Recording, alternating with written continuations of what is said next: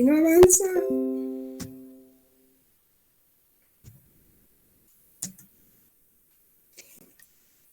Tenemos entre patógenos oportunistas que se pueden incluir la Cándida sp, el Aspergillus, los Zygomycetos, Trichosporum beyeli y Fusarium sp, Cryptococcus neoformans, Sporotrichia, Penicillium marnefi.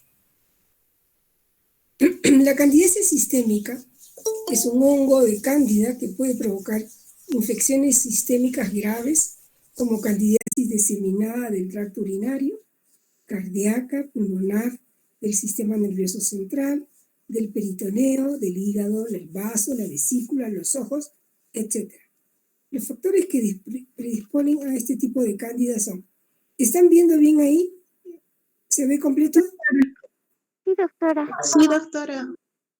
Ya, porque están ahí sus compañeros que llegan. Ay. Ya, bueno, los que lleguen luego ya no entrarán, pues, ¿no?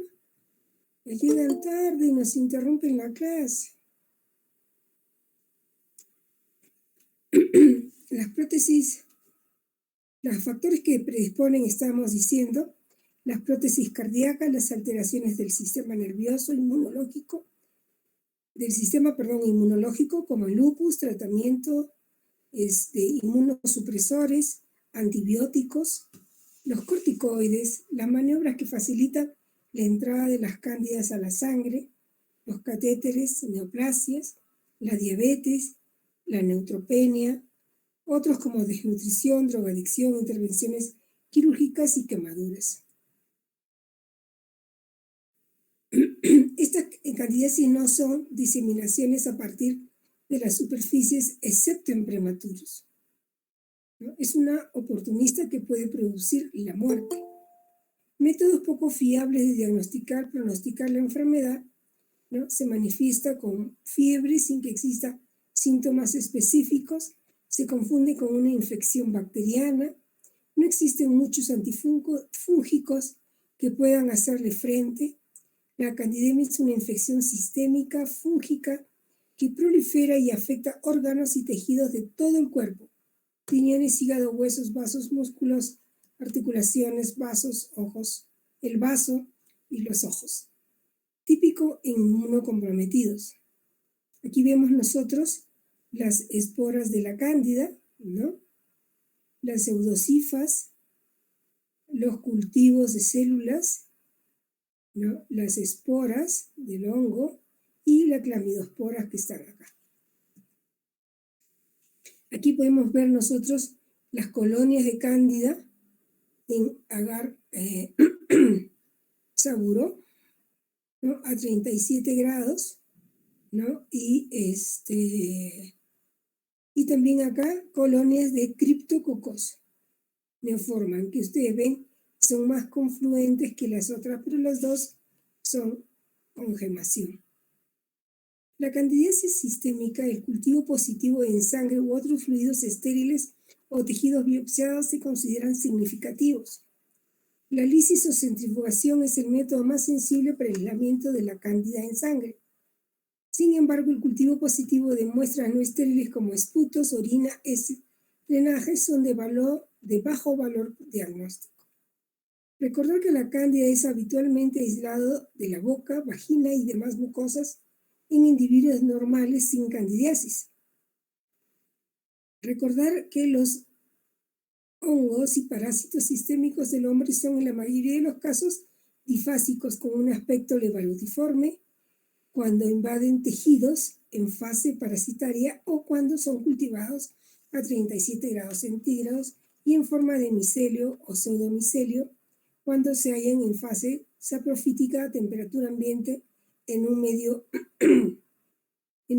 pobre, ¿no? La revisión dice, ¿no? Que, a ver quién faltó, estaban sonando, pero un ratito.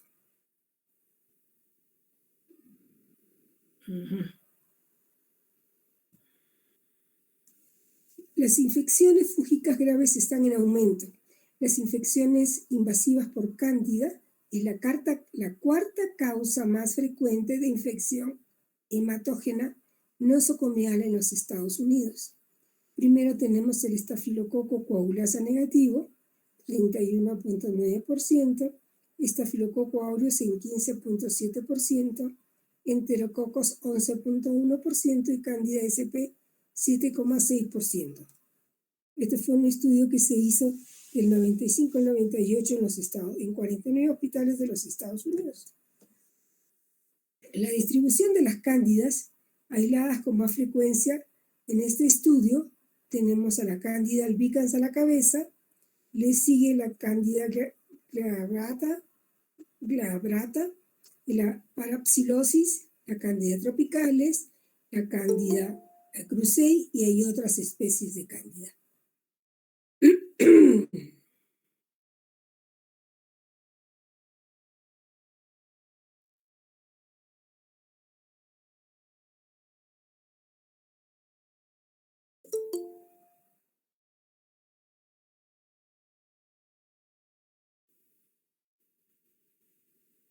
Estoy haciendo entrar a sus compañeros.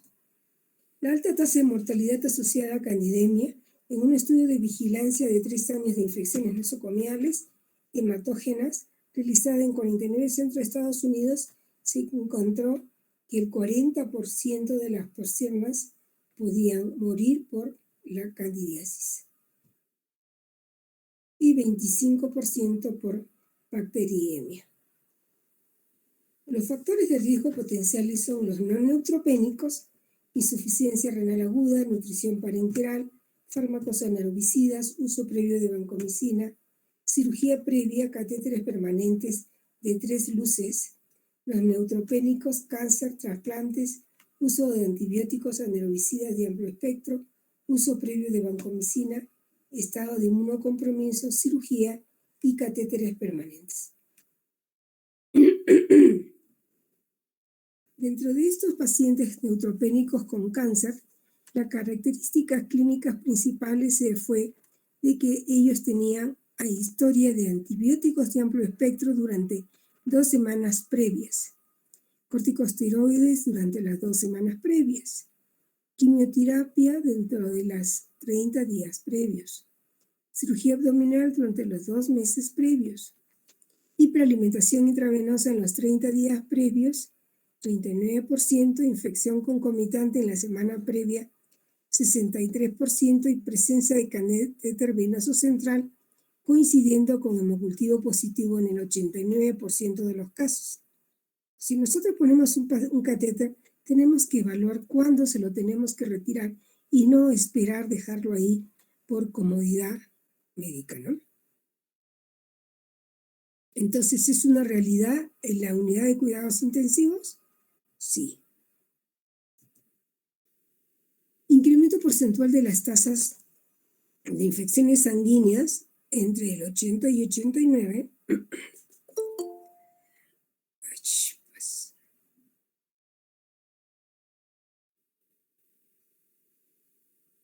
¿Hasta qué hora? Siempre digo lo mismo, ¿no? ¿Hasta qué hora van a entrar los compañeros? Entonces encontramos que el estafilococo, como ya hemos visto, era el principal aumento de las infecciones sanguíneas, ¿no? Y la cándida estaba en segundo lugar, seguida del estafilococo aureus, el enterococo y las bacterias gram negativas en menor proporción. Vemos nosotros que la tasa de infecciones sanguíneas entre el 80 y el 89 en esos 9 años, ¿no?, fue aumentando de 1 en el año 80 a 4.9 en el 89. En las unidades de quemados, cirugía cardíaca, salas de oncología, UCI neonatales, sala de cirugía, y la cándida fue el 86% entre todos los hongos y encontraron Cryptococcus aspergillus. Este es el número de infecciones por cada 1000 altas.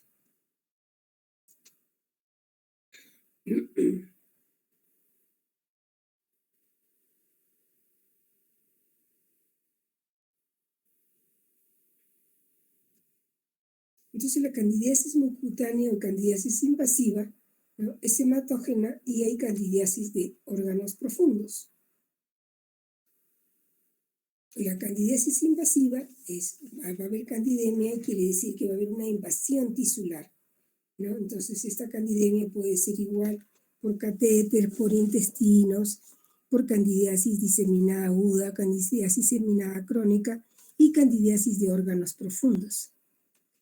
Dentro de las candidiasis de órganos profundos tenemos la endocarditis, la flebitis, endoftalmitis, meningitis, peritonitis, neumonía, candidiasis urinaria, pancreatitis, candidiasis de las vías biliares,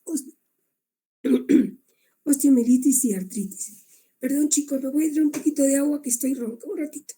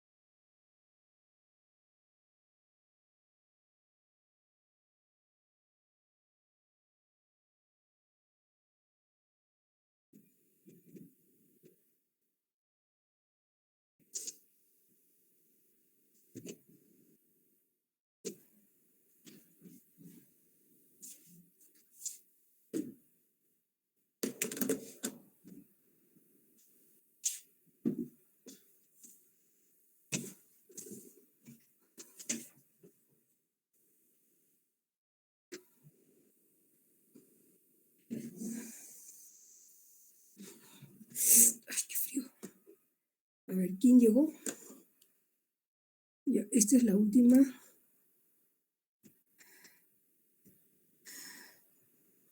Fiorella. Fiorella siempre llega tarde, ¿no? ¿Estás anotando las delegadas? Gypsy, Fiorella. Chicos, ¿me pueden hacer un favor? ¿Escuchan? Sí, doctora.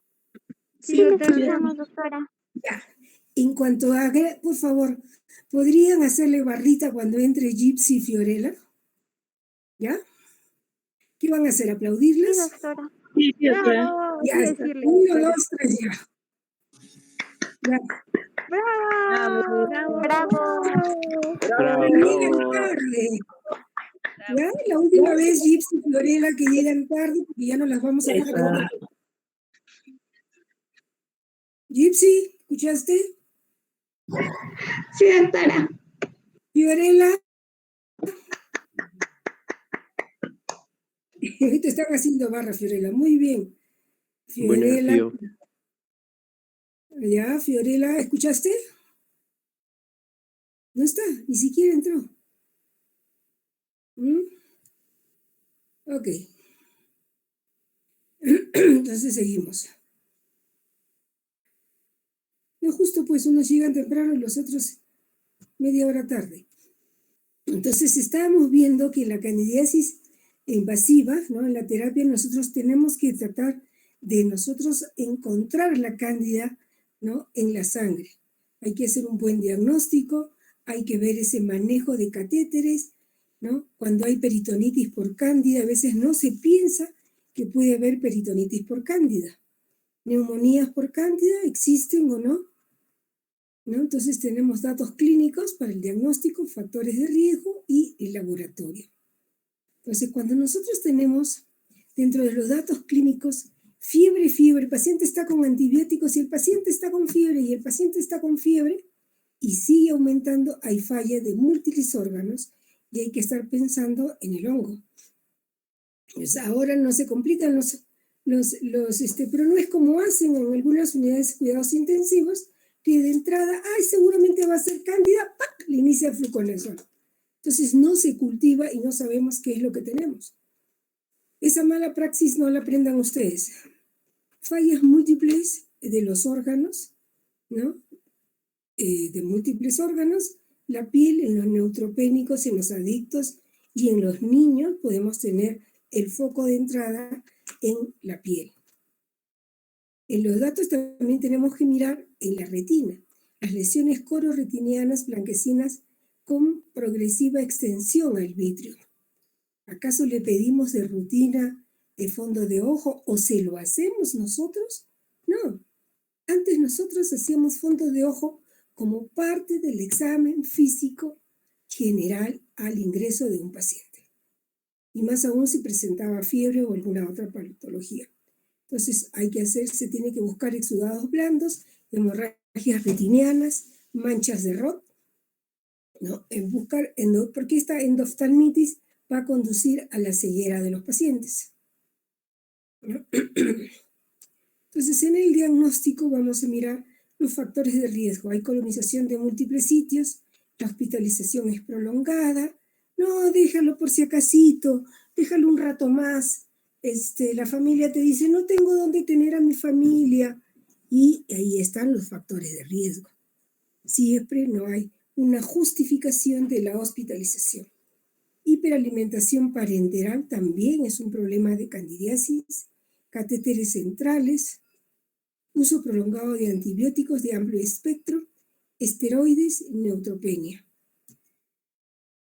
Entonces, los factores de riesgo de esta candidiasis invasiva tenemos las leucemias, los linfomas, los procedimientos, la cirugía abdominal, el trasplante de médula ósea, el trasplante de órganos, y las poblaciones vulnerables tenemos a los prematuros, adictos a la heroína, quemados, y nos faltaría aquí los pacientes de VIH que están en fase SIDA, también tienen un riesgo. ¿Existe una estrategia de herramienta diagnóstica simple y sensible? No hay nada. Es difícil, no es fácil. ¿Cuál es la prueba más convincente? El cultivo de sangre de sitios estériles que sea positivo. ¿Cuál es el hallazgo más común? Cultivos positivos en sitios no estériles como el esputo. Es útil la serología en infecciones por cándida, es de muy baja sensibilidad y de muy baja especificidad. Entonces los hemocultivos solamente tienen una sensibilidad del 58% en casos diagnosticados post-morte. O sea, es bajísimo. Específico, más baja de lo deseado, pero el 25% de los pacientes mueren en 14 días y el 30-80% mueren a lo largo de toda la enfermedad. Entonces la mortalidad es alta.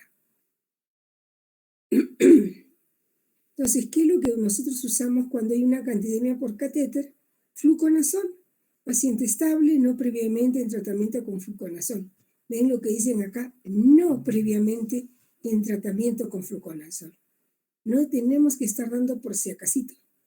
Anfotericin B, paciente hemodinámicamente inestable, colonizado con especies con una concentración mínima inhibitoria para fluconazol. Entonces, los MIF que nosotros podemos encontrar, acá tenemos las especies de cándida, la frecuencia que se presenta, tenemos fluconazol, itraconazol, anfotericin B y 5-fluorcitocina. Como pueden ver, la cándida albicans es sensible para todo. La cándida parapsilosis, del 10 al 20% se presenta, es sensible a todo. La cándida tropicales, del 10 al 20%, es sensible a todos estos. Y la glabrata, del 10 al 20%, es solamente sensible a 5-fluorcitocina. El acrusei, sensible a anfotericin, y la lusitania a fluconazol. Cuando tenemos una candidemia en el catéter, ¿se debe retirar el catéter? Sí. Si no, no retiramos el foco. Un ratitín.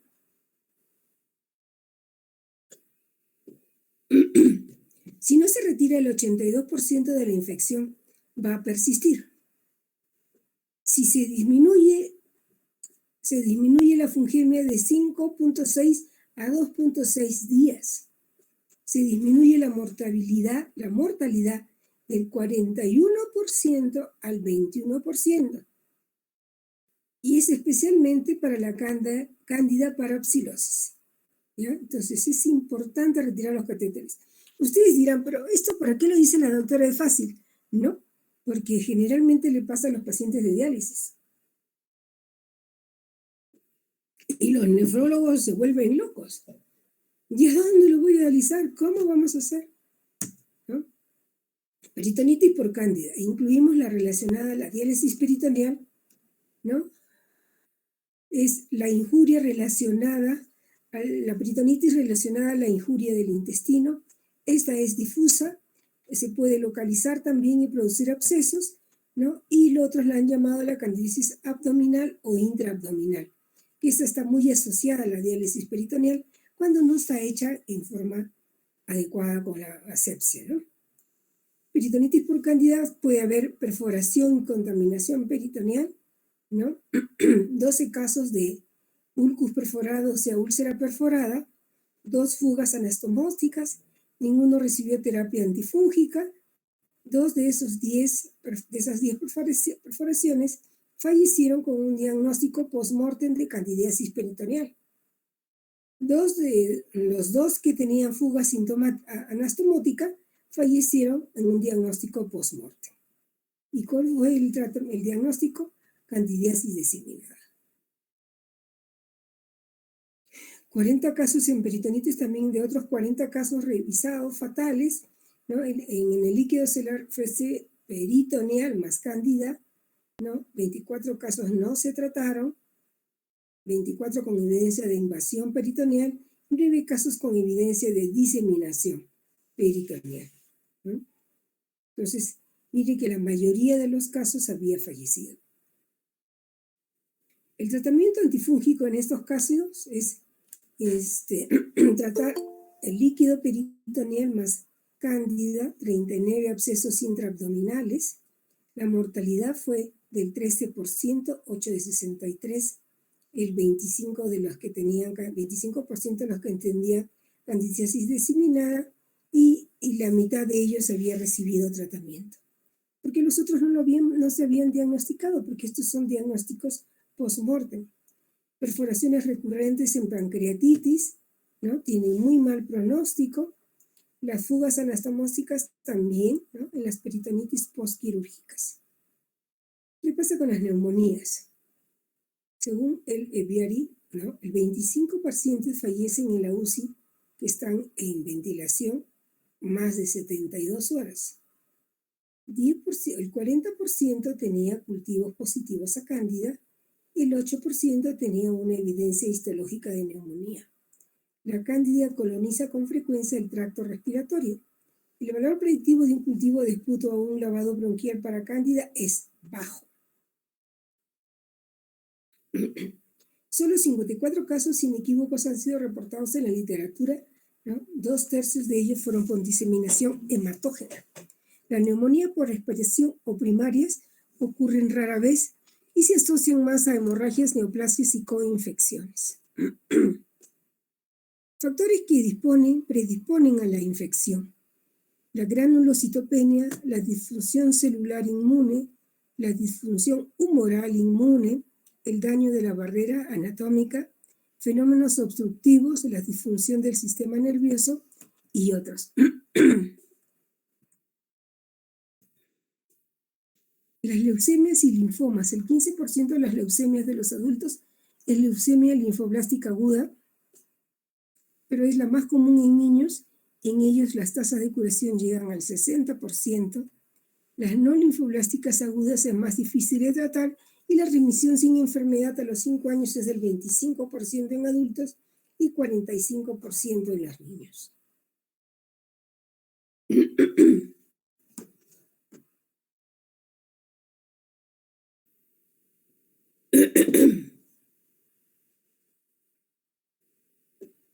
Brandon.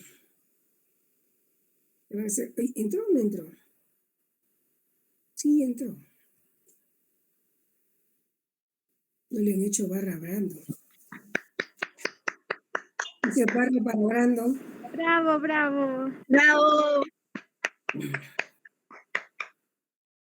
Así se despiertan por lo menos. Fiebre y neutropenia. Microorganismos más frecuentes, bacterias y hongos, ¿no? Solo en el 20% de los pacientes febriles se encuentra microbiológicamente documentado con sepsis. En el resto, sin sepsis relacionados a drogas, a bleomicina, transfusión de productos sanguíneos, infecciones relacionadas a la transfusión de productos sanguíneos, ¿no? Se puede tener hepatitis B, hepatitis C, paludismo, virus del Epstein-Barr, el citomegalovirus, el HTLV1, Pseudomonas fluorescens. Todo lo que nosotros tenemos que pensar cuando hay fiebre y neutropenia. Dentro de los hongos, ¿no? Están en aumento, documentados por histopatología, en el 10 a 40% de las autopsias de los pacientes neutropénicos. El uso de antibióticos y alteraciones de la flora normal son los predisponentes, y las cándidas son la cándida krusei, la cándida clavata, la cándida albicans, cándida tropicales, cándida parapsilopsis, Aspergillus fumigato, el níger y el flavus, el Trichosporum weigeli, especies de Fusarium, pseudo Alescheri, body y Scrofulopsis mucorales. Muchos de ellos son resistentes intrínsecos a la anfotericina B. O sea, de entrada quiere decir ya no le responden a anfotericina B. Aquí tenemos, ay chicos.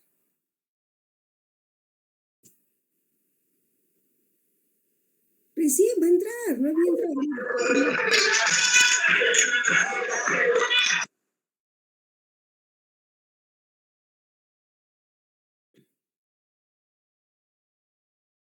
Aquí tenemos las lesiones en la piel por cándida, fifomicosis y mucorales invadiendo los tejidos. Miren estas lesiones terribles, ¿no?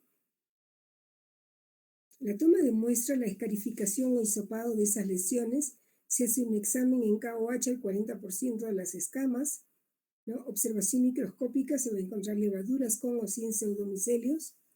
Los cultivos son en Saburó a 28 grados centígrados. En colonias son colonias pastosas, blanco-amarillentas.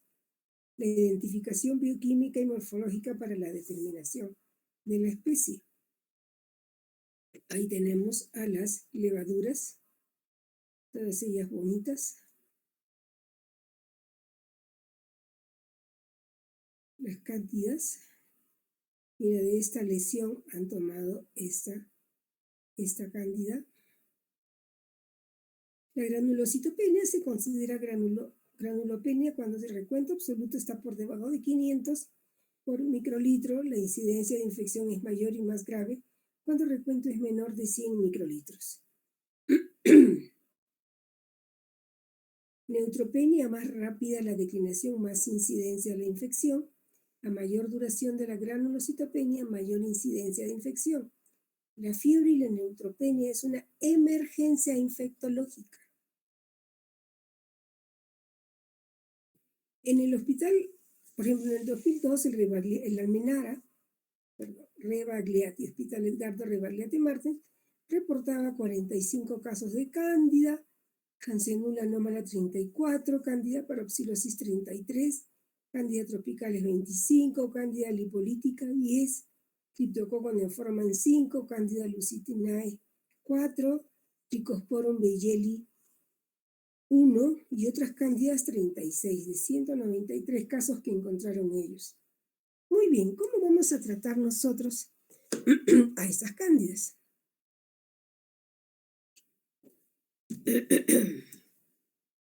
Tenemos los poliénicos, que es la anfotericina B y la nistatina, los no poliénicos, la crisiofulvina. De ahí seguimos con el grupo de los azoles, los imidazoles, el biconazol, el cetoconazol, los triazoles, el fluconazol, itraconazol y boriconazol. Las pirimidinas fluoradas son la flucitosina. Nosotros no la tenemos en el país. Y las equinocandinas, las últimas que están de moda, ya hace varios años, la caspofungina. Y la nidolofungina y la micofungina. Y las alilaminas, la terbinafina. Entonces los fármacos antimicóticos pueden ser tópicos, la terbinafina, la naftifina, ¿no? Son escualenos 2,3 epoxidasa, la nistatina, es de espectro similar a la anfotericina, la grisofulvina que inhibe la mitosis actuando en uso mitótico, los azolos de uso tópico, los sistémicos como los poliénicos, el anfotericin B, los azoles fluconazol, itraconazol, boriconazol, cetoconazol. Los antimetabolitos, la flucitosina y el timidilinato sintetasa o incorporación. Y las famosas equinocandinas. Ahí tenemos donde actúan a nivel de la pared lipídica, ¿no? Ahí está a nivel de los poros, ahí entra la anfotericin B y está guiado por el ergosterol, ¿no?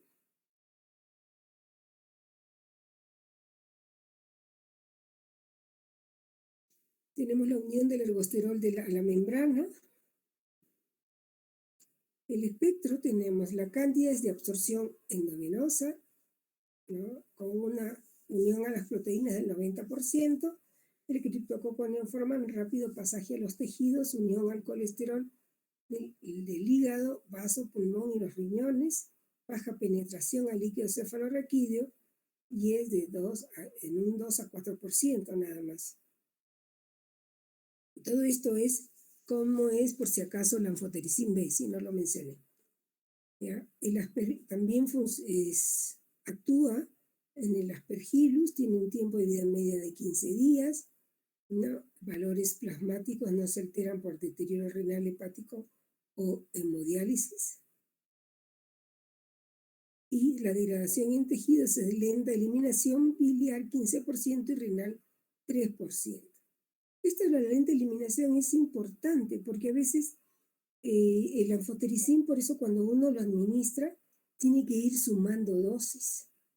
Y cuando hay nefrotoxicidad, tú lo puedes suspender y el sigue actuando. ¿Por qué? Porque tiene una lenta eliminación, ¿no?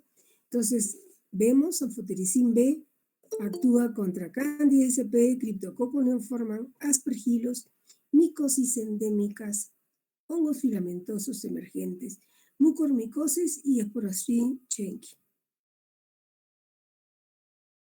Midward.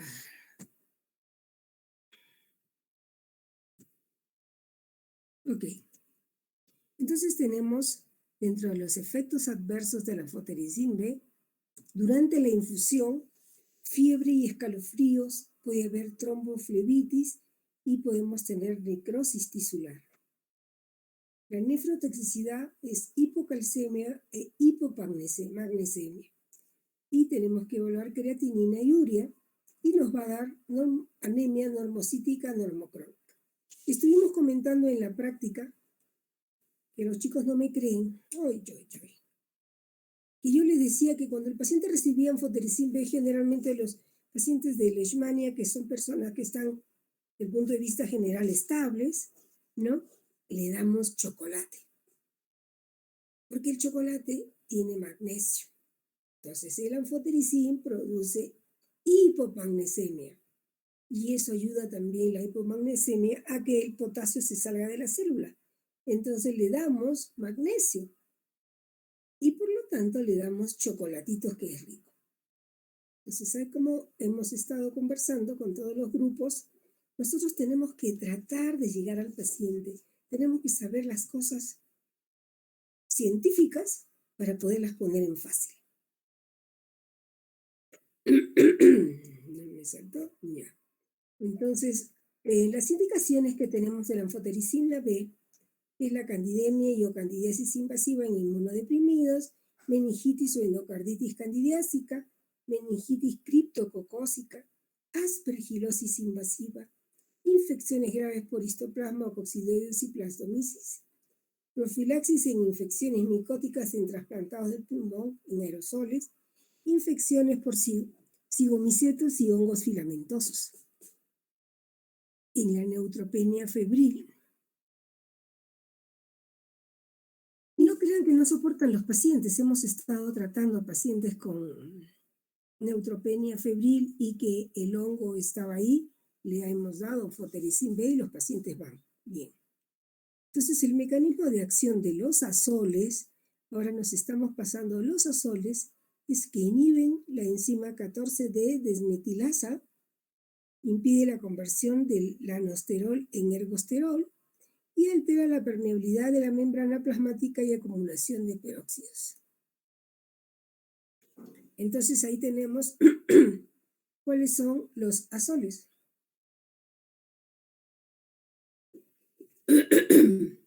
Los imidazoles, el cetoconazol y el miconazol. Los imidazoles son de espectro limitado, escasa biodisponibilidad oral y efectos adversos graves. Los triazoles, el fluconazol, el itraconazol y el boriconazol, ¿cómo se llama? Son de espectro mayor, tienen mayor biodisponibilidad oral y menos efectos adversos. Entonces, nosotros vemos acá cómo funcionan estos azoles, en la cándida, el itraconazol funciona muy bien, el fluconazol 3 cruces y el boriconazol 3 cruces, es mucho más potente. La cándida glavata, el itraconazol un poquito, otro poquito el itraconazol y el fluconazol no le hace ni cosquillas. En la cándida crucei, mejor es el boriconazol antes que el itraconazol. El aspergillus podemos usar itraconazol o boriconazol. En el criptococo, en el mucor, ninguno de estos le hace. En el criptococo es mejor el boriconazol y en los hongos filamentosos, boriconazol.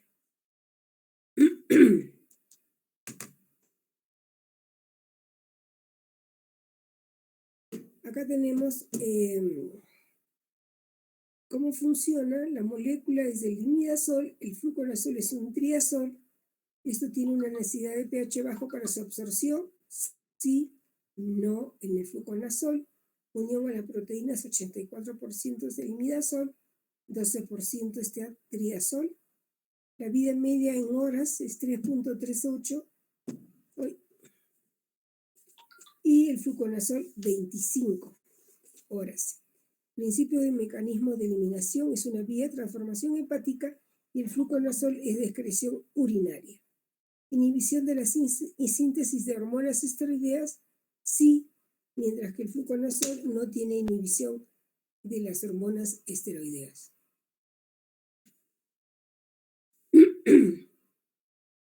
La biodisponibilidad oral del itraconazol, el fluconazol y el borconazol, el más hidrosoluble es el boriconazol, ¿no?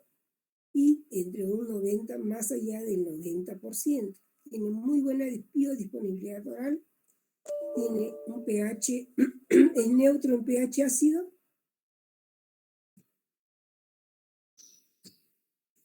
El itraconazol sí, no el fluco ni el bori, ¿no? Unión de proteínas, mucho más se une el itraconazol, los otros menos. El fluconazol casi nada. Vida media 30-40 horas, ¿no? 6 horas el boriconazol.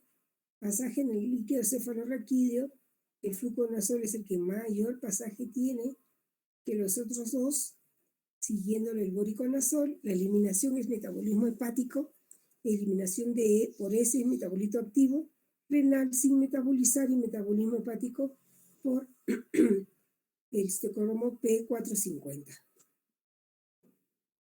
Los eventos adversos del fluconazol, itraconazol y boriconazol, ¿no? Tenemos gastrointestinales, cefalea, exantema, ¿no? Gastrointestinales, cefalea, prurito y vértigo, más frecuentes, ¿no? Alopecia, hipertensión, hipopotasemia, fotopsias, 30%, que son reversibles, exantema cutáneo y evitar exposición al sol. Elevación de transaminasas, hepatitis tóxica, ¿no? Son inhibidores de las enzimas del P450, inhibe el metabolismo, aumentando los niveles plasmáticos de gran cantidad de la droga.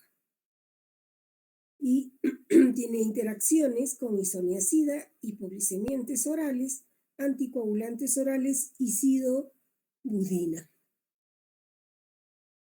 Entonces, esto hay que tomar en cuenta porque al inicio nosotros dábamos la sidobudina dentro del tratamiento Targa y se daba el fluconazol para el tratamiento de la candidiasis en el paciente con VIH, ¿no? También en los diabéticos que hacen problema de cándida le dan fluconazol y no estamos viendo cómo se interactúa. A ver, ¿quién me dice cómo se interactúa los hipoglicemiantes con el fluconazol? ¿Lo aumenta, lo disminuye? ¿Quién sabe?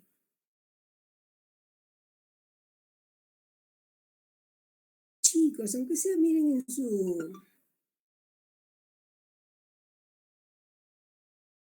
Nada.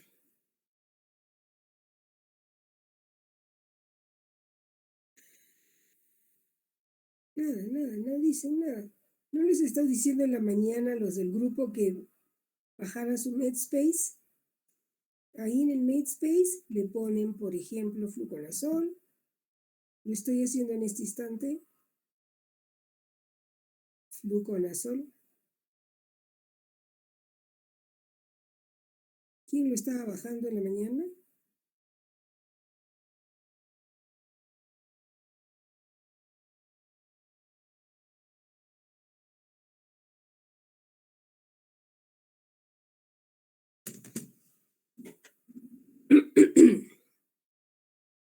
Bueno. La caspofungina. La caspofungina, ¿no? y actúa incluso en la Candida SP, inclusive la Bata, que es más difícil, y el Cruzei. Es de administración endovenosa en infusión lenta, es una única dosis al día. En el Aspergillus actúa muy poquitito.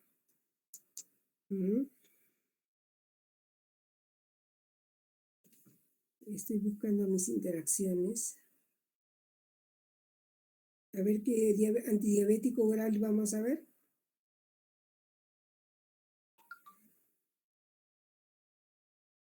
Nadie contesta nada.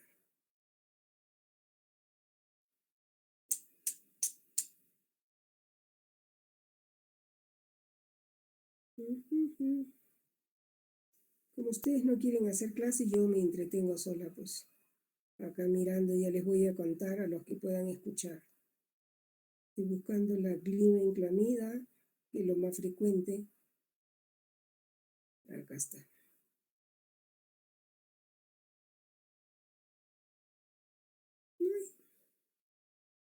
¿Glicipide es antidiabético oral?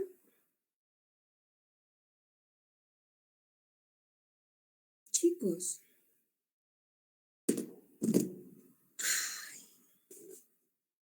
No tiene actividad contra criptococo la caspofungina, por si acaso. ¿Ya? Tiene su metabolismo hepático por hidrólisis y acetilación, metabólicos inactivos, vida media de 9 a 11 horas y no se elimina por hemodiálisis. Los efectos adversos son escasos, solo el 3 al 4% de los pacientes deben abandonar tratamiento por toxicidad, yo nunca lo he visto, por infusión, fiebre y tromboflebitis y elevación de transaminasas. Las indicaciones por Aspergillus en pacientes refractarios al tratamiento con anfotericin B o que presentan toxicidad grave para esta droga, es muy raro ese uso. Generalmente el Aspergillus funciona bien con anfotericina B. Esofagitis candidiásica refractaria a fluconazol, candidemia en pacientes no neutropénicos, mayor eficacia y menor toxicidad que anfotericin B. Recordar que la anfotericin B de elección en la mayoría de las infecciones fúngicas sistémicas graves se tiene que monitorear la función renal y el medio interno. Las formulaciones lipídicas presentan mayor tolerancia y menor nefrotoxicidad. Los azoles son útiles en infecciones sistémicas por cándida y criptococo, monitoreo de función hepática, precauciones con interacciones. La caspofungina es útil en infecciones resistentes a tratamientos convencionales. Escasos efectos adversos, ojo, poco tiempo de evaluación, y podría ser más eficaz que ANFU para infecciones graves por cándida. La candidemia en los pacientes es hasta el del 60% en los no neutropénicos, ¿no? Mayor de 7 días son colonizados, y de ellos alrededor del 6% desarrollan infección fúngica invasiva, IFI. Mortalidad cruda estimada entre 40 a 75%, y la mortalidad atribuible en UCI es del 75 al 85% en los no tratados y del 35 a 50% de los tratados. En este grupo de pacientes sin neutropenia, candidemia, terapia dirigida, fluconazol o una equinocandina, ya, formulación lipídica, sospecha de candidiasis como para candidemia, preferible ecocandina o fluconazol. En pacientes con neutropenia, cuando hay candidemia, hay que dar una terapia con una equinocandina o anfotericin B liposomal. Sospecha de candidiasis, ¿no? Anfotericin B liposomal o caspofungina o voriconazol. Cuando tenemos candidemia, ¿no? Tenemos un grado de recomendación de fluconazol, se da 800 miligramos como dosis de carga, ¿no? Y 400 miligramos cada 24 horas, clínicamente estable y no ha habido azoles previos, ¿no? En parapsilosis también la recomendación es menos fuerte. La equinocandina es grave, moderada o muy grave. El tratamiento previo con azoles, y para la cándida, la bata tiene un grado de consistencia de B3. Alternativas: anfotericinas. Duración del tratamiento 2 semanas desde el último hemocultivo y hay que ir desescalando, ¿no?, a fluconazol, voriconazol. Las equinocandinas también, mecanismo de acción, actividad selectiva contra las células fúngicas, inhibición no competitiva de la beta-1,3-D glucano sintetasa, tiene un efecto fungistático, inhibición de la síntesis de la pared celular, reducción del crecimiento, efecto fungicida, cambios en la integridad de la pared, pérdida de la resistencia mecánica. Y estas son las indicaciones aprobadas para las 3 equinocandinas en Europa, para pacientes con candidiasis invasiva con neutropenia. Sí se puede dar, la nidolofungina no está recomendada. Pacientes pediátricos, solamente en aquellos que tienen más de 12 meses se puede usar caspofungina. Profilaxis de los pacientes receptores de órganos sólidos o de alto riesgo de neutropenia. Adultos, micofungina. Pacientes pediátricos sí se puede dar y neonatos sí se puede dar. Solamente micafungina. Candidiasis esofágica en pacientes adultos sí se puede dar la micafungina. Aspergilosis invasiva no se da nada, receta de micafungina para aquellas candidiasis esofágicas en adultos que se les tiene que hacer rescate, no va la micafungina, sino la caspofungina. Tratamiento empírico en caso de neutropenia febril, caspofungina. En la farmacocinética y la farmacodinámica, dinamia de las equinocandinas, ¿no? Tenemos aquí que el metabolismo y excreción de la caspofungina es hepática y la nidolofungina no es hepática. La unión a proteínas es del 97% de la caspofungina, volumen de distribución de 9 a 10 litros y la vida media de 9 a 11 horas, y el aclaramiento pediátrico es muy rápido en la caspo y en la micafungina. Aquí hay que tener cuidado en el grupo de Child Pack de 7 a 9, ¿no?, que van a aumentar la curva, el área bajo la curva, y reduce el mantenimiento y hay que reducir el mantenimiento de la dosis a 35 miligramos en lugar de 50 miligramos. El metabolismo, como aquí vemos en estas figuras, la micafungina es metabolismo hepático, caspo es hepático y eliminación renal, y el otro hace una vía de transformación fisiológica.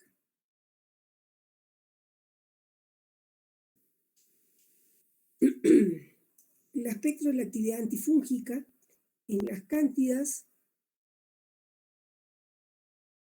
o sea, cuando encontramos 0.5 miligramos por decilitro, es una buena actividad fúngica y buena actividad in vitro, ¿no? En Candida albicans, Clavatro, Tropicalis, Crusei, Keifer y Pneumocystis jirovecii. Escasa en coccidioides, blastocitis, dermatiditis, Pseudoporidium sp, Paecilomyces varioti y Histoplasma capsulatum. Es una actividad detectable potencialmente terapéutica combinadas con otra actividad antifúngica. Bueno, aquí tenemos la sensibilidad, un poco más de lo que hemos hablado, ¿no? Las interacciones que tenemos es con la caspofungina, que es lo que más usamos nosotros, por ejemplo, en el hospital, con ciclosporina, tracolimus, cefavirenz, rifampicina, phenytoína, carbamazepina, dexametasona.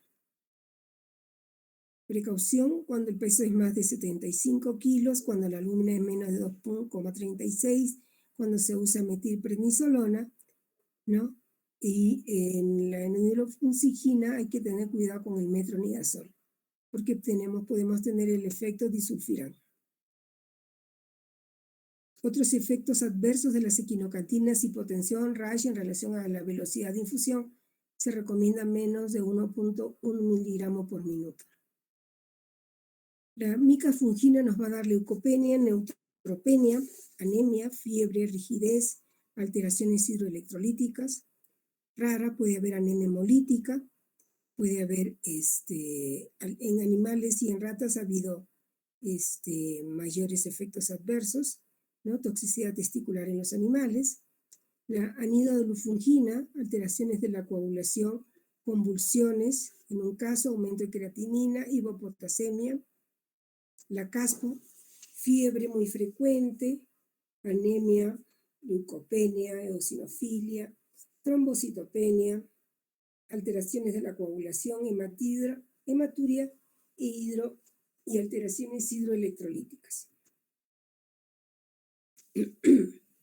La que nos da eventos clínicos adversos en comparación, la que menos aparentemente da es la nidalofungina, ¿no?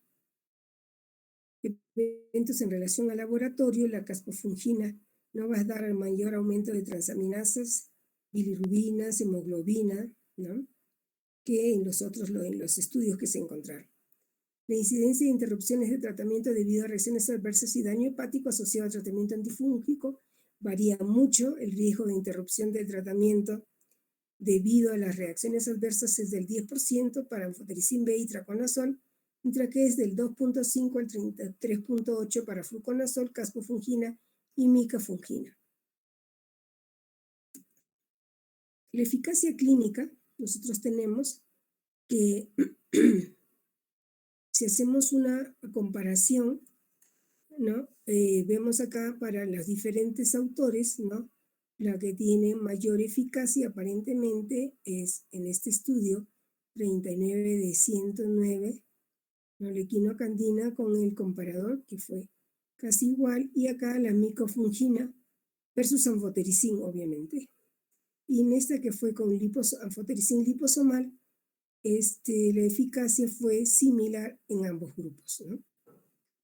Acá el comparador que fue fluconazol era mejor que la equinocandina. Acá estamos comparando casi lo mismo, es el mismo cuadrito.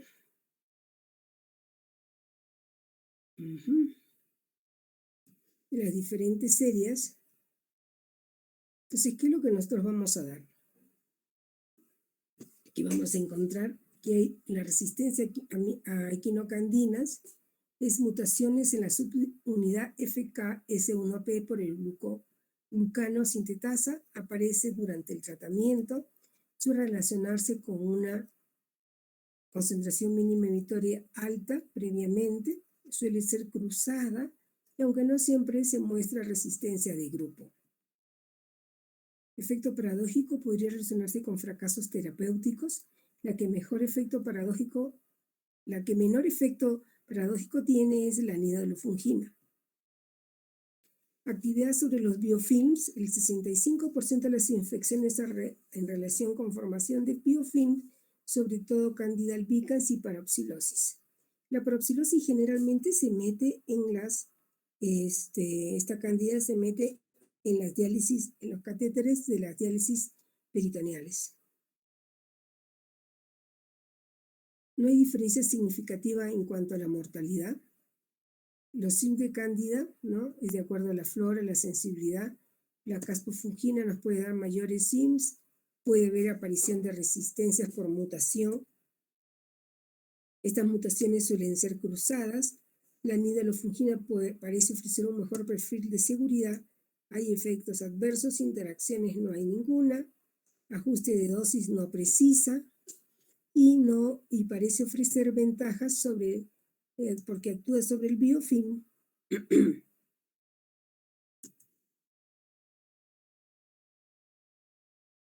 Entonces, en estos agentes antifúngicos para el tratamiento de la candidiasis invasiva no parece haber diferencias significativas en cuanto a la mortalidad. El fluconazol es microbiológicamente inferior a los polienos y el anidolafungina. La anfotericin B se asocia a una tasa mayor de acontecimientos de eventos adversos cuando se compara con fluconazol y equinocandinas, obviamente, pero es mucho más potente. Las equinocandinas son fármacos con buen perfil de seguridad y eficacia, ¿no? Mecanismo de acción innovador dirigido contra el patógeno, no contra el paciente, ¿no? Va a actuar sobre, esta es la caspo, ¿no? Va a actuar sobre el beta-1,6-glucano a este nivel, ¿no? La pared de la célula fúngica, tenemos todo esto, y la biocapa fosfolipídica de la membrana de la célula fúngica, y va a ir sobre el núcleo. Ya no jala mi garganta. El mecanismo de acción único que ofrece esto es en relación a caspofungina, por si acaso. Tiene activa y es activa in vitro frente a cándida, resistente a fluconazol, anfotericin B o flucitocina, sin resistencia cruzada con azoles o polietilenos y sin resistencia intrínseca en aislados de cándida. ¿Hasta aquí tienen alguna pregunta, chicos?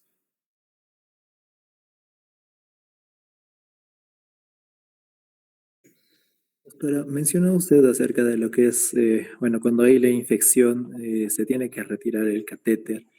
Y una vez que se retira el catéter, ¿se hace uso de uno nuevo o por la misma vía o...? No, se lo tiene que poner por otro lado. No vas a usar el mismo sitio. Le cambias de sitio al catéter, ¿no? Porque cuando es un catéter que es sumamente necesario, se lo cambias de sitio. Ese es el problema, pues, con los pacientes en diálisis, que a veces no tienes mayores accesos. Por eso el paciente tiene que cuidar su zona del catéter bastante bien, ¿ya? Bueno, la caspo tienes un tratamiento de la cándida invasiva en pacientes adultos no neutropénicos, tratamiento de la aspergilosis invasiva en pacientes adultos que son refractarios o intolerantes a la anfotericina B, activa in vitro frente a la cándida resistente a fluconazol, sin resistencia cruzada a los azoles, sin resistencia intrínseca en aislados de cándida. Esto ya son ensayos que se han hecho con estos medicamentos. Creo que esto lo vamos a...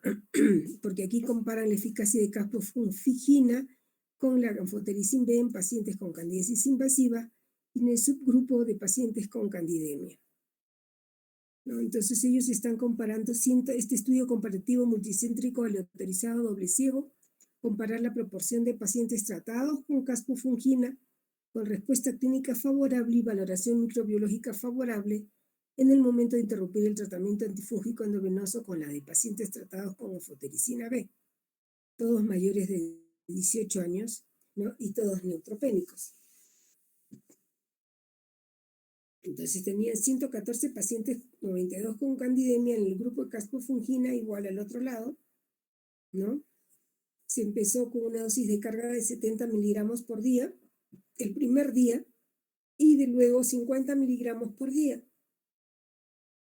Y en los pacientes neutropénicos han usado entre 0,7 a 1 miligramo por kilo por día, y en los no neutropénicos 0,6 a 0,7 miligramos por kilo por día. Entonces se le tomaron cultivos en menos de los 4 días, ¿no? Y desde el inicio del tratamiento endovenoso, y se hizo un seguimiento de los cultivos durante 14 días, al final del ciclo de tratamiento también, ¿no? Y se hizo un seguimiento de las 2 semanas post-tratamiento y 6 a 8 semanas post-tratamiento. El ciclo de tratamiento del estudio, como mínimo 10 días de tratamiento endovenoso del estudio, cambio fluconazol oral posible al día 10. Punto temporal para valorar el criterio de primario de eficacia clínica. Tenemos puntos temporales para valorar criterios secundarios, finalización del tratamiento endovenoso en el día 10, ¿no? Para tratamientos antifúngicos. Y la respuesta clínica favorable, resolución completa de los signos y síntomas de candidiasis invasiva, respuesta microbiológica favorable o supuesta erradicación de cándida en los cultivos de seguimiento, definición de comparabilidad, diferencia entre grupos con un intervalo de confianza del 95,6%. La proporción de pacientes, el criterio de valoración primario de la eficacia fue la proporción de pacientes con respuesta global favorable, respuesta favorable clínica y microbiológica al final del tratamiento endovenoso, intención de tratar modificada, criterios de valoraciones primarios, pacientes que han recibido mayor o igual a un día de tratamiento endovenoso del estudio, pacientes evaluables, análisis de los criterios de valoración secundarios, pacientes que cumplían con los criterios de infusión y recibieron tratamiento del estudio endovenoso mayor o igual a 5 días y en los que pudo realizarse una evaluación completa al final del tratamiento endovenoso del estudio. Se encontró que el grupo de caspofungina, ¿no?, parece ser más eficaz que el anfotericin en los pacientes evaluables en el 80.7% contra un 64,9% del anfotericin B.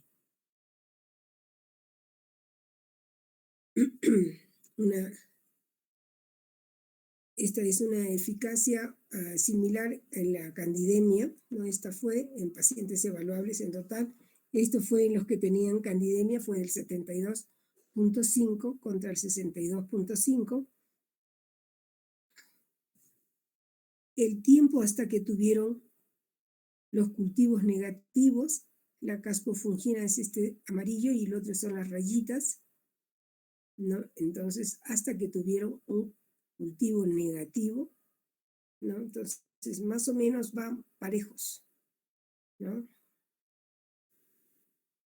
Ahí van los dos, se van dando, ¿no? El día 4, el 19.6 contra el 19.1, el día 12, el día 7, 12,0 contra 9 y 6.5 contra 6.4, o sea, casi es igual. Incidencia de fracaso o recidiva, fracasó el 38,2% de anfotericina, ¿no? Recidivaron 7% recidivas y el grupo de anfotericina tuvieron mayores efectos tóxicos. Valoración de la mortalidad. La mortalidad atribuible fue mayor con anfotericin B y la mortalidad bruta fue mayor que en caspofungina, ¿no? La mortalidad atribuible se definió como el cumplimiento de uno de los siguientes criterios: cultivo positivo a cándida las 48 horas previas a la muerte, signos histopatológicos microbiológicos de cándida en la autopsia, infección de la cándida identificada por el investigador como la causa de muerte. La mortalidad bruta se definió como la tasa de mortalidad por todas las causas de muerte. Entonces, así es como ustedes ven que se van haciendo los estudios, ¿no? Todos los acontecimientos adversos, ¿no?, que fueron mayores con anfotericin B, suspensiones del tratamiento debidas a efectos de acontecimientos adversos relacionados al fármaco, acontecimientos adversos sistémicos relacionados con la infusión, hipopotasemia que ha requerido tratamiento con potasio y nefrotoxicidad, que es mayor con el anfotericin B. En realidad, el uso de la caspofungina lo que disminuye es más los acontecimientos adversos, ¿no?, desde mi punto de vista. El 30% de los 707 pacientes tratados con anfotericin B tenían insuficiencia renal aguda, la tasa de mortalidad alta, el 27% de 700 tratados con anfotericin B, ¿no?, con un odds ratio de 6,6%, ¿no? Se definió con aumento del 50% de la creatinina sérica basal con un pico mayor o igual a 2 miligramos por decilitro. Entonces hicieron mayor insuficiencia renal aguda. Esto era para evaluar la mortalidad y la utilización de recursos debidos a la insuficiencia renal aguda asociada con el tratamiento de anfotericin B, y se estudió a 707 adultos ingresados que recibieron tratamiento con anfotericin B en un hospital terciario.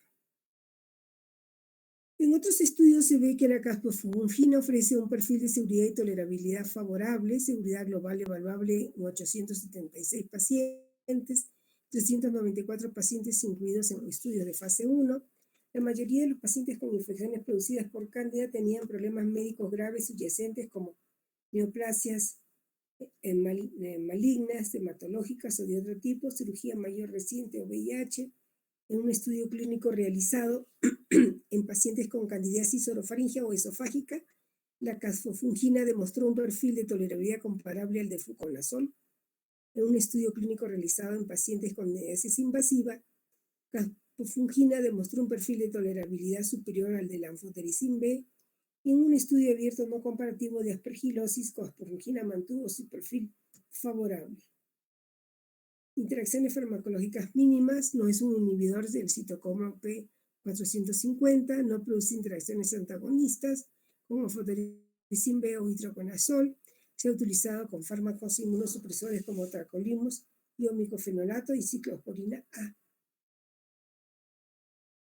La candidiasis invasiva sería, o sea, la caspofungina sería un nuevo fármaco de referencia.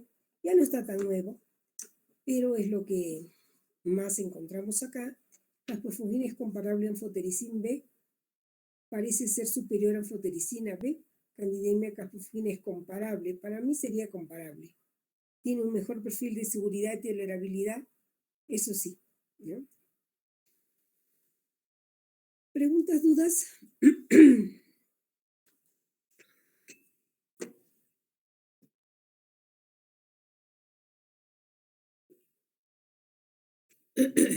Como vamos a tener examen, bueno, entonces, como nadie pregunta, no hay problema.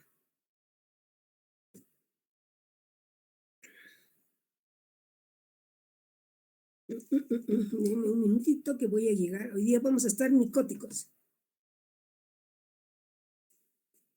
Vamos a hacer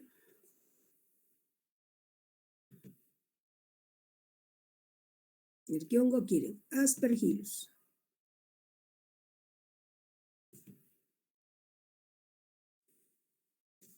¿Y ahora dónde está? ¿Dónde está?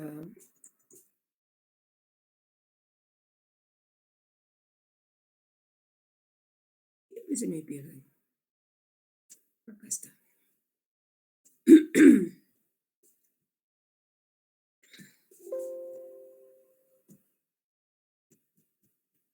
Están viendo la pantalla, ¿no? Sí, doctora.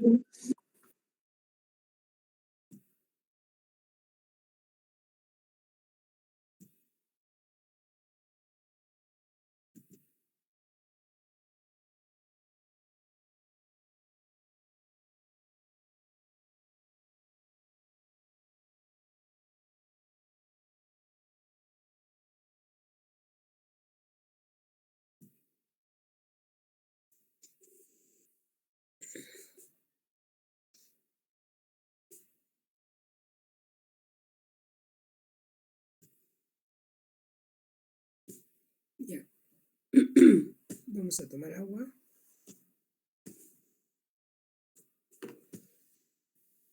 ¿Se ve? ¿Se ve o no se ve? Sí, doctora. Sí, doctora. Doctora, sí se ve. Ya. 5 minutos.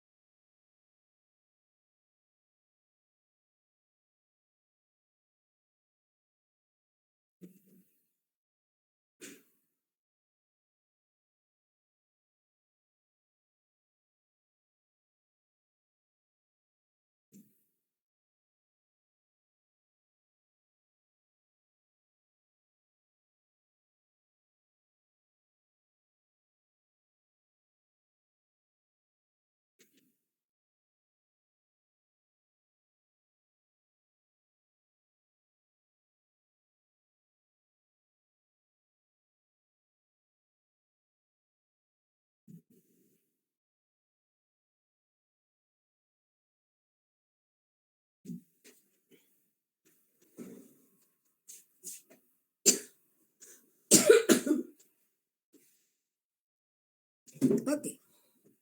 Hoy día estamos invasivos. Aspergilosis invasiva. Oh, lo.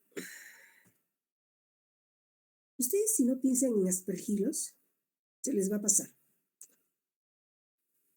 Y aparte que tienen que pedirlo al laboratorio, porque no hay ningún demorón, ya no está nadie.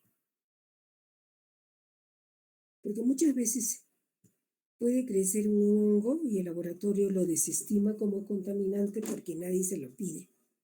Ese es el problema.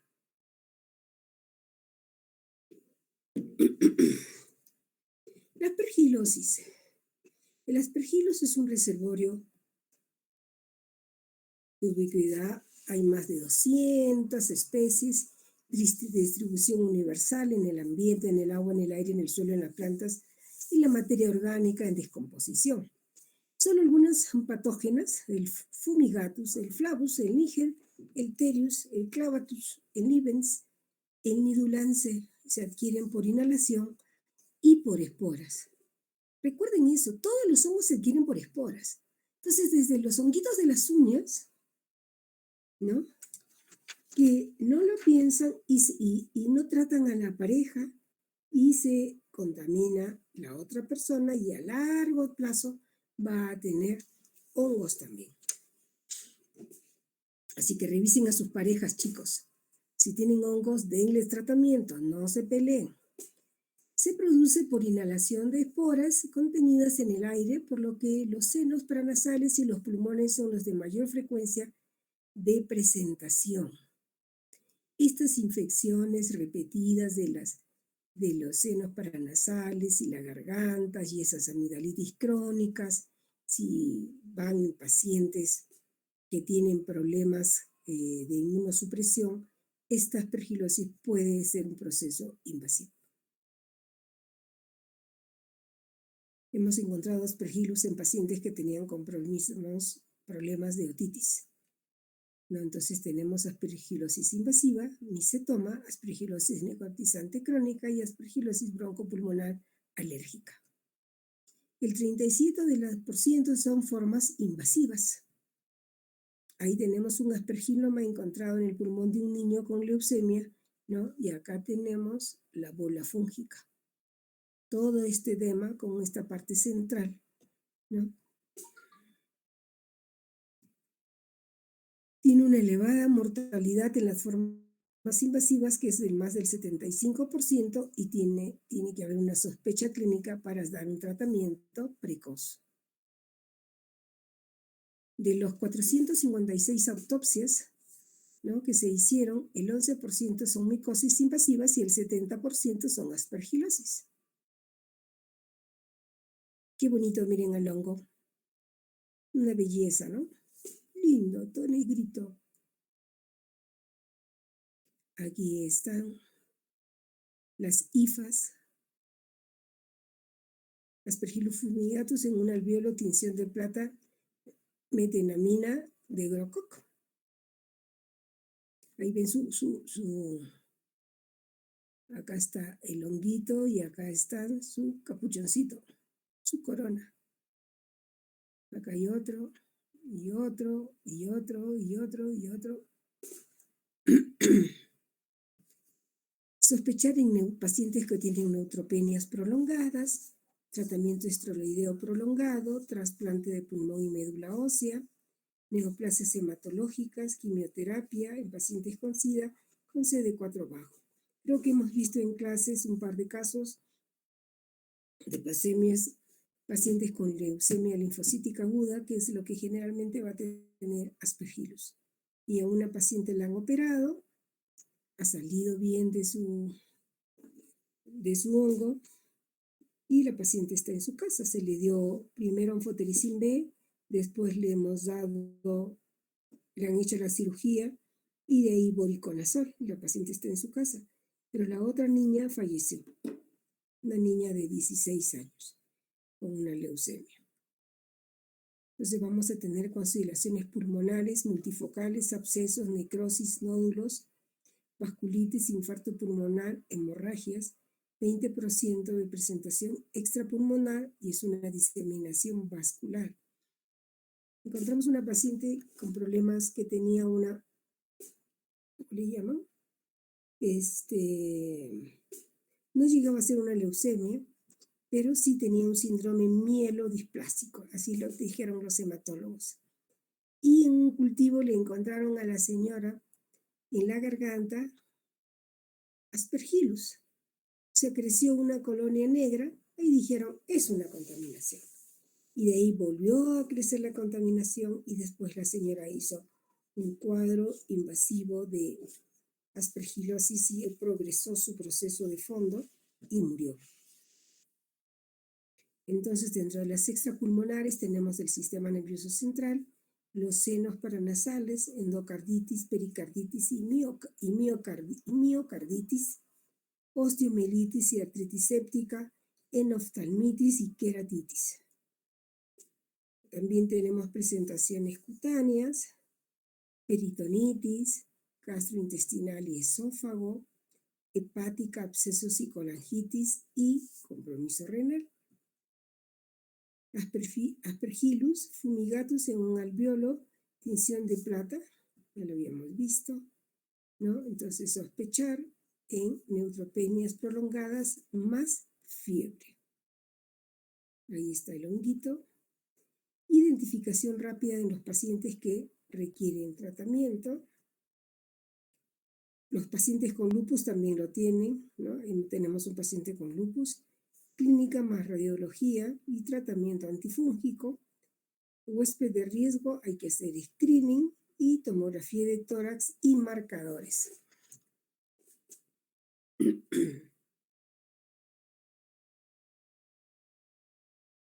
Este screening, si comenzamos a hacerle screening a todo el mundo, es un poco más costoso, ¿no? Hay mayor gasto. Muchos hacen solamente con clínica y se le empieza tratamiento a ciegas. Tomografías de alta resolución, se pide galactomanano y se trata de cultivar para encontrar la presencia del germen, ¿no? Entonces el galactomanano se hace en suero y se dosan cuáles son la cantidad de galactomanano que hay para poder dar tratamiento a la persona. Porque a veces es difícil encontrar al germen.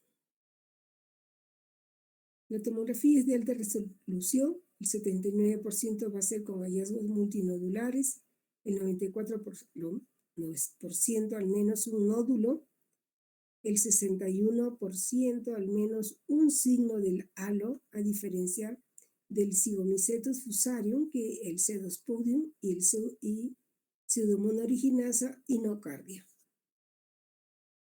en las tomografías. ¿Cómo se monitoriza? Con la clínica, tratamientos a intervalos regulares y a veces el galactomanano, que algunos lo ponen en duda, ¿no? Para monitorear el tratamiento. El galactomanano es un antígeno de la pared del hongo liberado en el proceso de invasión. Es detectable en la orina, el suero, el líquido cefalorraquídeo y lavado bronquialveolar. Nosotros generalmente lo pedimos en suero. El galactomanano es un diagnóstico precoz, es más sensible en determinaciones seriadas, puede darnos falsos positivos, ¿no? Y es inferior al signo del halo. La sensibilidad es del 78% y una especificidad del 81%. Puede darnos falsos positivos en los que reciben pipetazo y amoxicilina clavulana. O sea, puede haber una reacción cruzada. Falsos positivos por reactividad cruzada con otros hongos como Fusarium sp, Histoplasma capsulatum y Blastomyces dermatitidis. Germen, muestras respiratorias, de donde obtenemos el germen, de las muestras respiratorias, ¿no? Diferencia y colonización de infección. Eso es importante. Ven en el esputo, ¿no? Cuántas formadores de colonias hay, ¿no? ¿Qué cantidad?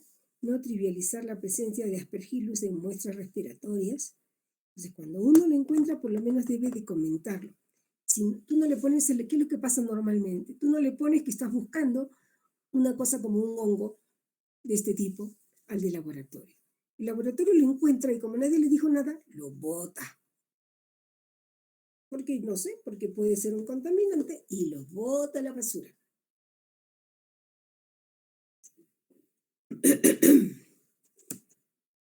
A ver, imagínense ustedes que le hagan un lavado bronquial bilar y no pongan, imagínense, con el tubo adentro, y no pongan que busquen aspergillus y boten tu muestra a la basura. Sucede muchas veces, ¿no? Este es el Aspergillus niger en agar sapec, colonias densas negras y marrones. El germen, el diagnóstico del germen va se hizo una evaluación en 24 centros en un año, 1070 cultivos positivos de muestras respiratorias, 20% se interpretó como enfermedad igual a 200, y fueron 214 casos y 145 aspergilosis invasiva. El 80% se interpretó como colonización. Mira, el 80% de las muestras. Aspergillus niger. El trasplante alogénico el tratamiento profiláctico, ¿cuándo se da para aspergilosis invasiva? En aquellas personas que tienen trasplante alogénico de células madre hematopoyéticas, el TSMH, con enfermedad de injerto contra el huésped, neutropénicos con leucemia mielogénica aguda o síndrome mielodisplásico, trasplante pulmonar y hepático, altas dosis de corticoides y uso prolongado. Se puede meter el hongo. Tratamiento profiláctico, podemos usar posaconazol 200 miligramos cada 8 horas.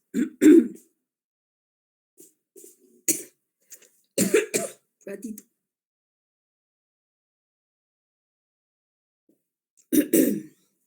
Itraconazol 200 miligramos cada 12 horas endovenoso por 2 días, luego 200 miligramos cada 24 horas o 200 miligramos vía oral cada 12 horas, y micafungina 50 miligramos al día. Yo traté misotitis por aspergillus con itraconazol.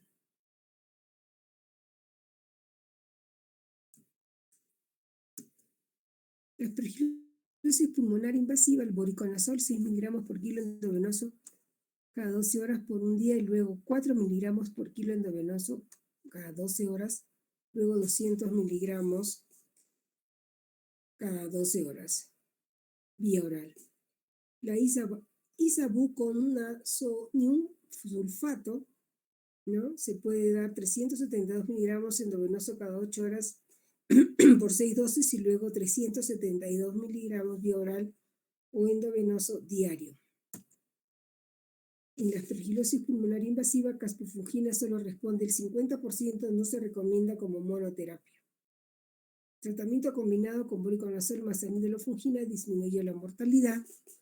El posaconazol responde el 42% en intolerantes a terapia convencional, o sea, y el tratamiento es el anfotericin B 0.6 miligramos por kilo.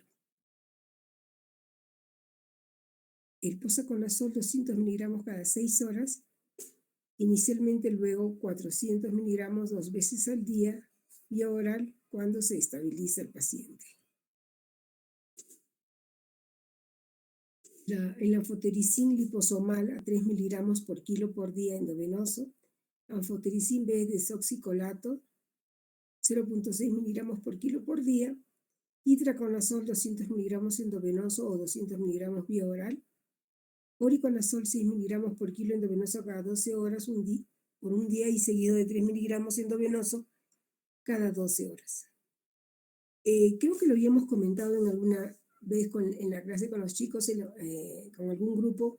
El anfotericin B no se mezcla con cloruro de sodio porque se precipita. No es necesario cubrirlo con porque inicialmente se decía que se desintegraba con la luz y se cubría con un plastiquito negro, pero no, ya no, si es que la luz no le cae directo, no se descompone. ¿ya? Así que por favor el anfotericin B no se mezcla con cloruro de sodio. Acá tenemos, a ver, ¿dónde estamos? Estos son los test de inmunodifusión mostrando las precipitinas para el Aspergillus. ¿Cuánto tiempo se da el tratamiento? De 6 a 12 semanas o más, hasta resolución de las lesiones, mantener tratamiento a largo plazo. O sea, muchas veces en los pacientes, estos con leucemia que les estaba comentando, les hemos dado tratamiento por encima de 8 meses.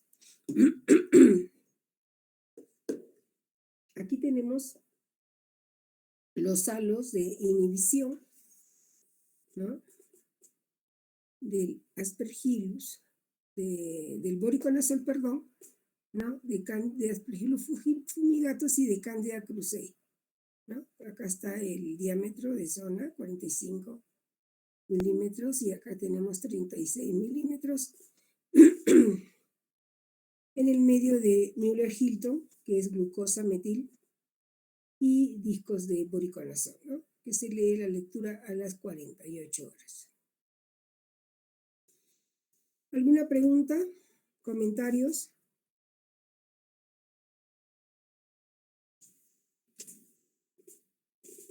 Entonces seguimos con los hongos. Miren, más hongos.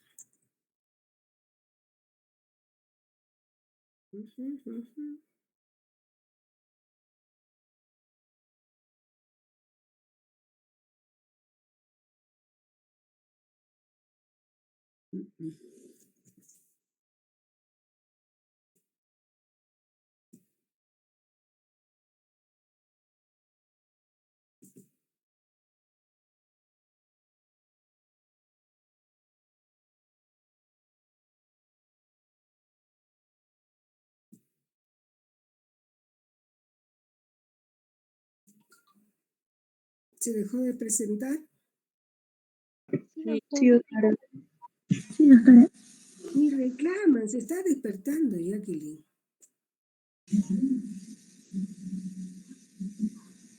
Doctora, ya no se ve.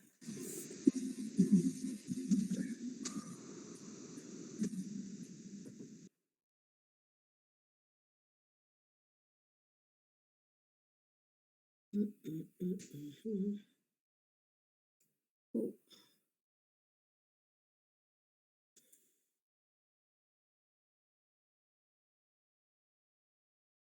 Esto ya lo vimos.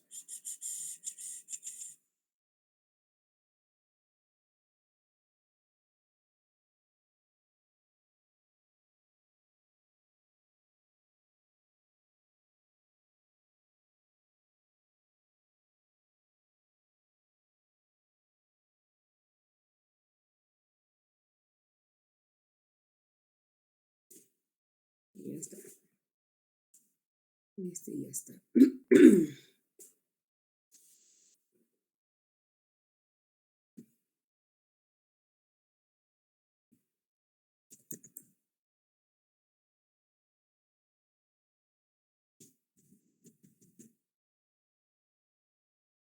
Entonces,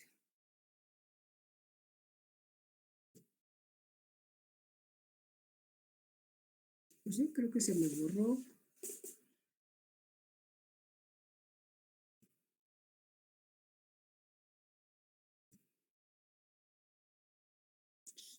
Se borró.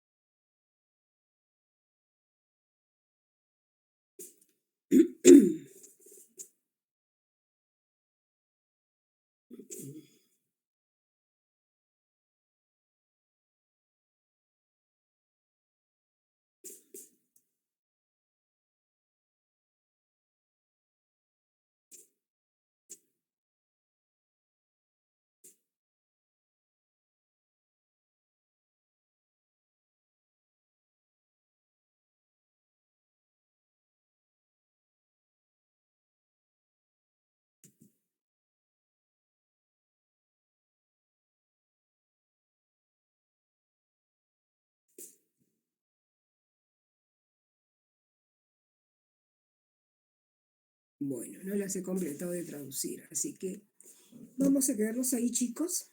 Hasta ahí va a ser la suerte de ustedes que no encontré el otro.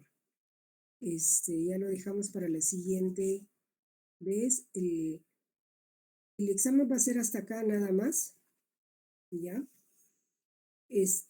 Bueno, el grupo A, va a ser la última clase conmigo, ¿no? A partir de mañana tienen clase con su docente. El examen va a ser el día 19, ¿no es cierto? A las 8. ¿Estamos todos de acuerdo? Sí, doctora. Sí, doctora. Sí, Gracias. A las 8 de la noche. Ok. Como la vez pasada, 20 minutos, 20 preguntas, ¿ya? Así facilito nada más. Ok, entonces, buenas tardes. ¿Qué dice no? ¿Por qué, 30 Marcelo? minutitos, doctora. ¿Qué cosa? ¿Qué pasa, Edison? Si el examen es fácil, ¿para qué quieren más tiempo? ¿Copiárselo? Medio minutito más, no. Aunque sea por pregunta, doctora. ¿Ah? No, si todos se lo pasan por WhatsApp, yo ya sé. Se han confundido la vez pasada y me lo han pasado a mí también.